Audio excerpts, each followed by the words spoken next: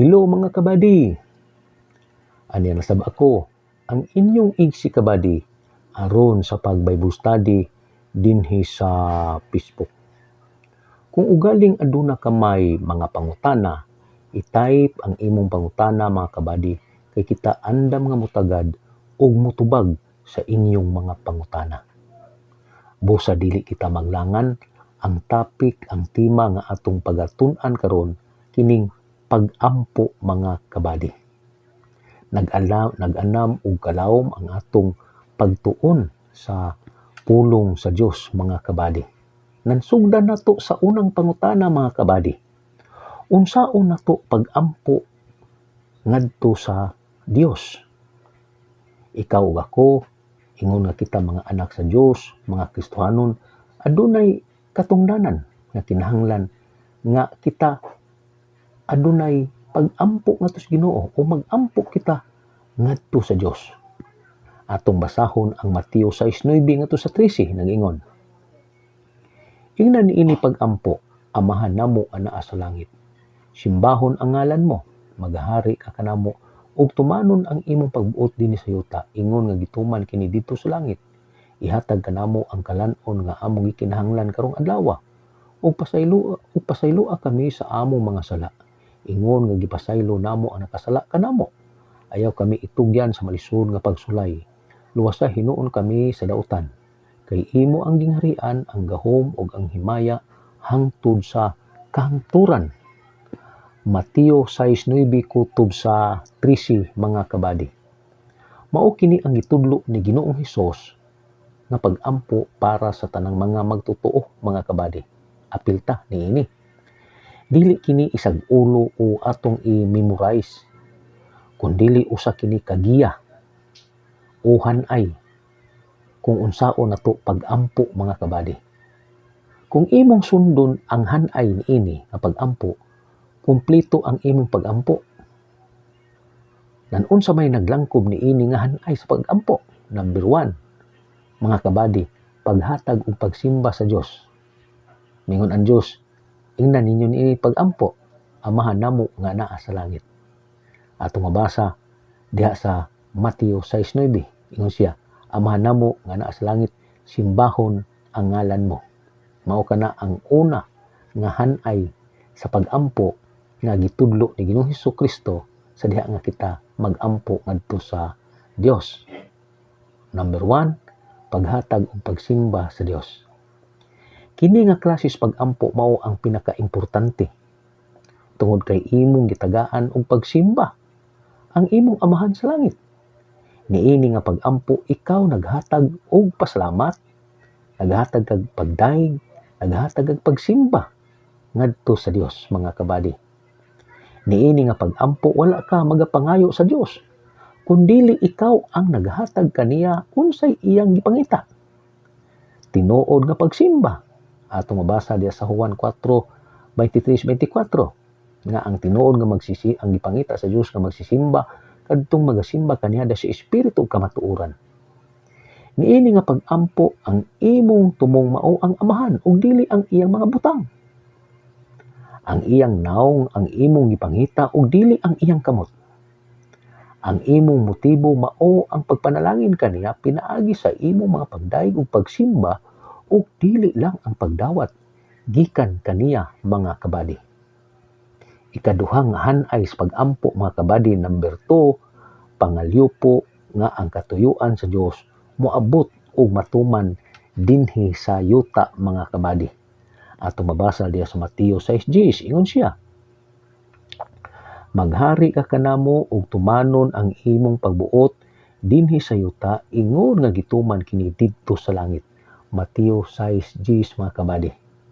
Number 2 nga hanay sa pag-ampo mga kabady, pangalyupo nga ang katuyuan sa Dios moabot og matuman dinhi sa yuta. Mga kabady, apan sa dili pa kita moadto sa unahan, moinom sa tagkape mga kabady.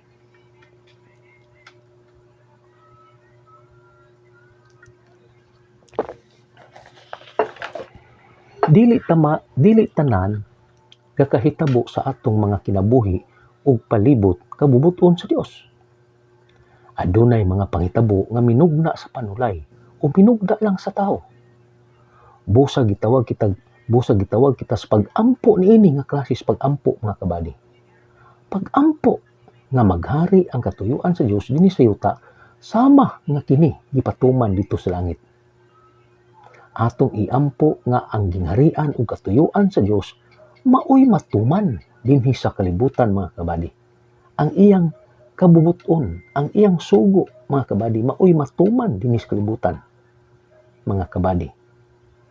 Matuman dinhi sa atong kinabuhi, matuman diha sa atong panimalay, sa atong mga trabaho, diha sa atong silingan, diha sa gobyerno, nasod o tibuok kalibutan mga kabady.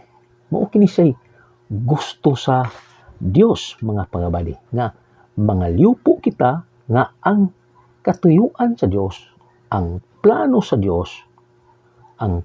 Dios moabot ug matuman dinhi sa kalibutan. Ang mga plano sa Dios matuman sa atong kinabuhi, diha sa atong panimalay, diha sa atong negosyo, diha sa atong mga silingan, diha sa atong panggobyerno, nasod, tibuok kalibutan nga ang katuyuan sa Dios matuman dinhi sa kalibutan mga kabady. Busa mao kana siya ang ikaduha nga hanay sa pag-ampo, pangalyupo nga ang katuyuan sa Dios moabot og matuman sumala pa sa Mateo 6:10 mga kabady. Ug ikatulo nga giya sa pag-ampo, pagpangayo sa adlaw-adlaw nga mga panginahanglan. Atong basahon diya sa Mateo 6:11 ingon siya. Mateo 6:11. Ihatag kanamo ang kalan-on nga among gikinahanglan karong adlaw. Mateo 6:11 na mga kabady. Ingon siya, ihatag kanamo ang kalan-on nga among gikinahanglan karong adlaw. Mateo 6:11. Kung ang mga yutan-ong amahan aduna gani tinguha pagtagbo sa mga panginahanglanon sa ilang mga anak, labaw na gayud ang atong amahan sa langit. Gimanduan kita ni Ginoong Hesus pagpangayo sa atong amahan unsay atong mga gikinahanglan adlaw-adlaw. Adunay uban nga wala makadawat tungod kay wala sila nanghayo mga kabady, sumala pa sa Santiago 4:2. Dunay mga rason ug babag ngano nga ang atong mga gipangayo, ang atong mga giampo ngadto sa Dios dili kayud matubag. Dunay nakababag mga kabady. Ug ang babag mao ang sala. Nangayo ka sa Dios wala ka tubaga. Ano man tungod kay dunay nakababag, unsay nakababag? Ang sala.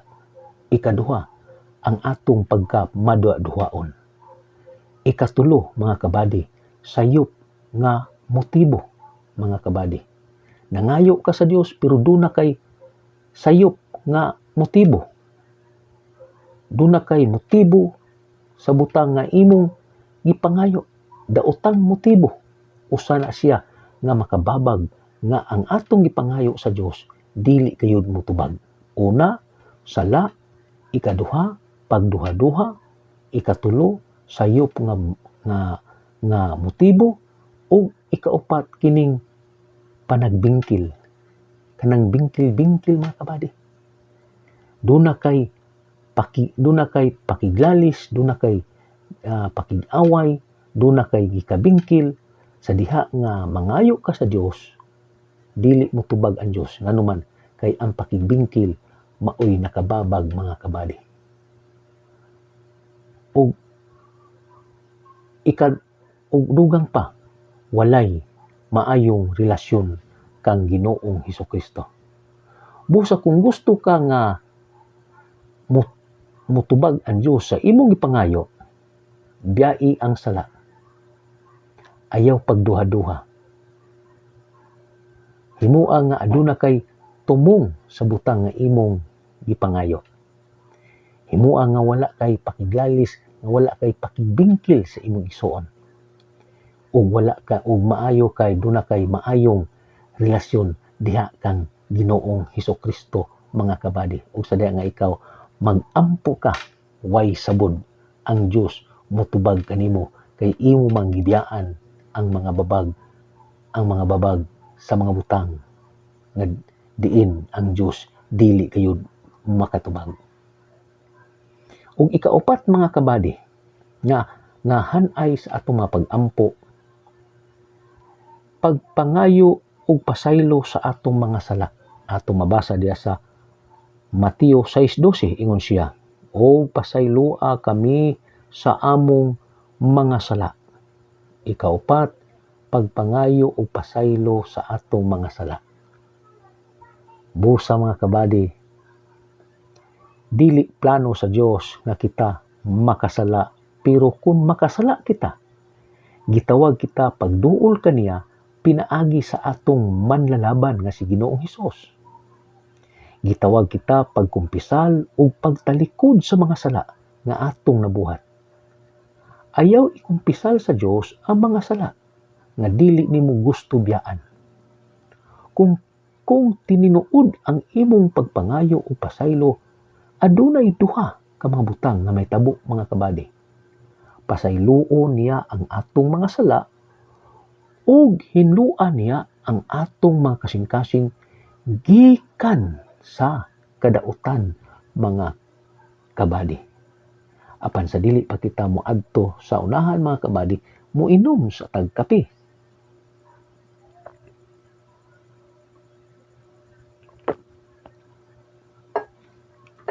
Og ikalima mga kabady, nga giya sa pag-ampo mga kabady, paghatag og pasaylo. Atong mabasa diha sa 6:12 ingon siya, "Ingon nga gipasaylo namo ang nakasala kanamo." Sa ato pa mga kabady, sa dili pa kita mangayo ngadto sa Dios, sa dili pa kita moduol ngadto sa Dios, paghatag og pasaylo. Kinahanglan nga muhatag kag pasaylo mga kabady. Tungod kay ang Dios nagapasaylo kanato diha kang Kristo. Kita usab muhatag og pasaylo ngadto sa uban. Mao kini ang pinakarason nganong muhatag kita og pasaylo sa mga nakapasakit kanato. Bisan ug wala sila nangayo og pasaylo ngani kanato. Tungod kay kita nakadawat, kita usab muhatag. Wala kitay katungod nga mangayo og kapasayloan sa Dios sa atong mga sala kung kita usab dili maantigo mo pasaylo sa sala sa uban. Mga kabady, busa mao kana ang ikalima nga hanay o giya sa mga pag-ampo. Sa diha nga ikaw mag-ampo, kinahanglan mangayo ka og pasaylo ngadto sa Dios mga kabady. Kay kitang tanan nakasala ug nahikabsan kita si Maya ug naputol ang atong relasyon diha sa Dios tungod sa kasalanan. Sa diha nga ikaw mag-ampo ngadto sa Dios, siguro nga ikaw nakapangayo na og pasaylo. Aron nga ikaw makasunod ug makatuman sa giya sa hanay sa pag-ampo nga gitudlo ni Ginoong Hesus dinhi sa balaang kasulatan mga kabady. Ug ikaunom mga kabady, atong basahon ang Mateo 6:13 ingon siya, "Ayaw kami itugyan sa malisod nga pagsulay. Luwasa hinuon kami sa dautan." Ikaunom nga hanay sa pag-ampo mga kabady nga imong buhaton, pagpangayo og panalipod. Mangayo ka og panalipod mga kabady. Gusto sa Dios nga panalipdan kita gikan sa mga kadautan ug disgrasya. Ato nang mabasa diya sa Salmo 91. Kini kini ang katuyuan sa Dios nga hindi kanato, pero kinahanglan mo ampo kita adlaw-adlaw aron kini matuman mangayo kita sa iyang mga anghel nga maoy mag-uban kanato besan asa kita padulong. Kinahanglan usab nga maglakaw kita sa iyang katuyuan ug pamaagi kay walay bili ang atong pagpangayo ug panalipod kung kita mismo maoy miabli sa pultahan aron ang panulay makapangilabot kanato. Sumala pa sa Episo 4:27, ayaw hatagi higayon ang yawa mga kabadi. Ikapito nga hanay sa pag-ampo nga atong himuon, paghatag o pasidungog. Atong basahon ang Mateo 6:13 ingon siya. Kay imo ang gingharian, ang gahom o himaya hangtod sa kahangturan. Mateo 6:13.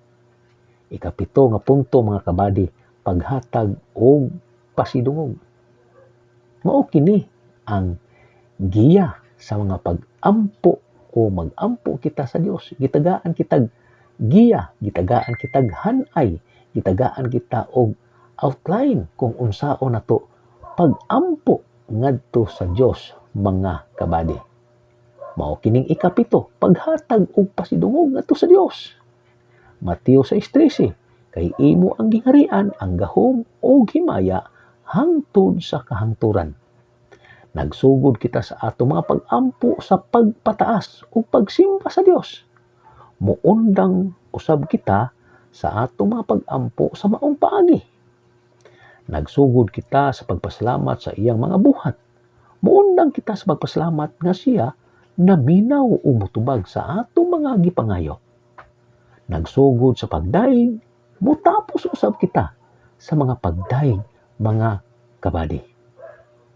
Niini usab nga pag-ampo atong gideklara nga iya ang gingharian, gahom ug himaya. Iya ang tanan ug walay ato. Nagsugod kita sa pagpaubos, mutapos kita sa pagpaubos. Kay ang pagsimba mauman ang pagpaubos sa taas ug halangdon nga Dios. Mga kabadi. Busa anhin lang takuto mga kabadi ug atong nasabtan ang pulong sa Dios, ang pag-ampo nga gitudlo sa atong Ginoong Hesukristo, ang giya nga pag-ampo nga gitudlo ni Ginoong Hesukristo, gitagaan na kitag pattern, gitagaan kitag giya kung unsaon nato pag-ampo ngadto sa Ginoo. Busa kung ikaw aduna may pangutana sa atong Bible study, i-type ang imong pangutana o kita andaw nga mutagad o mutubag sa inyong mga pangutana mga kabadi. Og ang Dios nga nagabuhat sa langit ug sa yuta ug sa dagat ug sa tanang panun-anaa kanila, mismo niining akong kinabuhi ug amahan sa atong Ginoong Hesukristo ug diniyogan sa Espiritu Santo, ang Dios mga kabadi magapanalangin kanatong tanan. God bless mga kabadi.